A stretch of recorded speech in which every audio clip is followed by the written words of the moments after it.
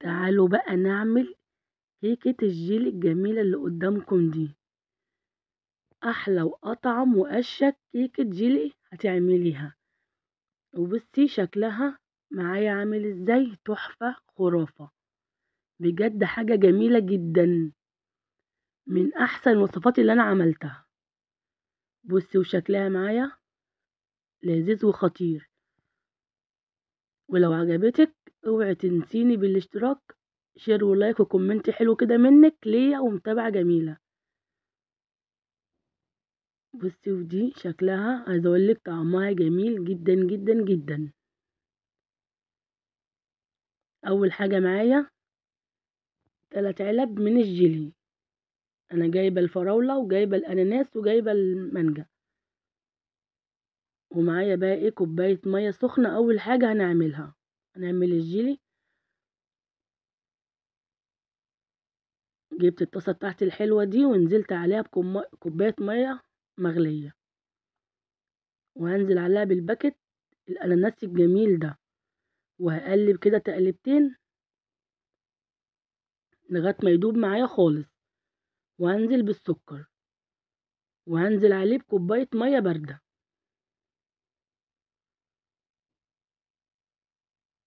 تمام كده، كده خلاص. اول واحد خلص معانا، هنفضيه بقى في صينيه. انا ما كانش عندي العلب البلاستيك بتاع التلاجة، فعادي انا عملت في الصينيه عادي. تمام كده. ومعايا بقى ايه تاني حاجه، معلش انا اسفه ان الصوره بتتعاد تاني. تاني حاجه هنعمل بقى الباكت التاني. نزلت برضو نفس الكلام، كوبايه ميه مغليه، ونزلت بالباكت بتاعي الفراوله الجميل ده، وقمت مقلباه برضو ومدوباه.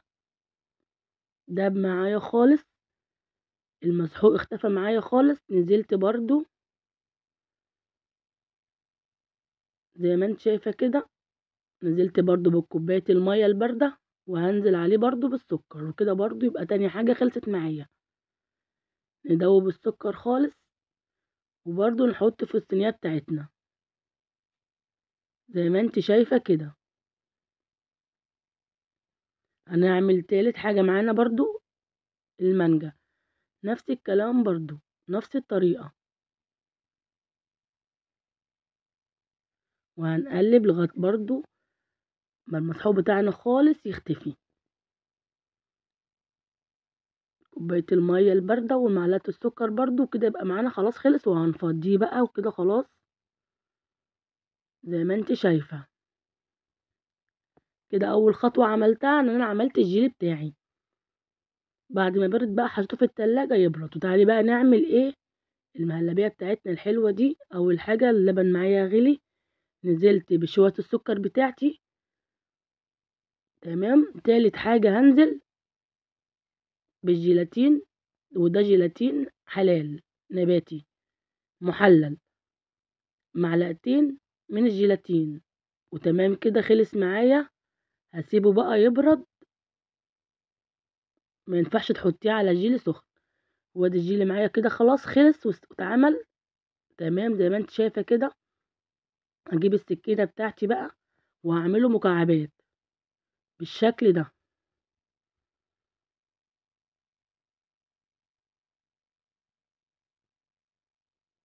انا مش هعمله مكعبات تخينة، هعمله رقيق. لو انا كنت عايزة اعمله تخين كنت هحطه في حاجة صغيرة، بس انا عايزة اعملها رقيق، مش عايزة اعملها مكعبات كبيرة قوي.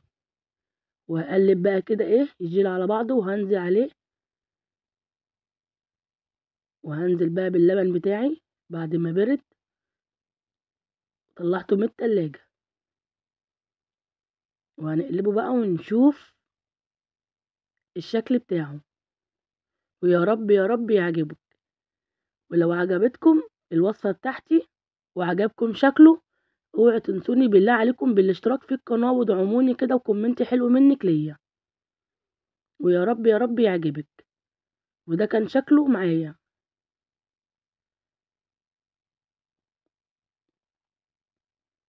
يا رب وصفتي النهاردة تعجبك. ولو عجبتك بالله عليكي اوعي تنسيني بالاشتراك في القناة ودعم منك ليا. هنقطعها بقى زي ما انت شايفة كده بالشكل ده. عايزة اقولك ان الكاميرا ظلماها، شكلها في الحقيقة جميلة جدا والوانها جميلة جدا.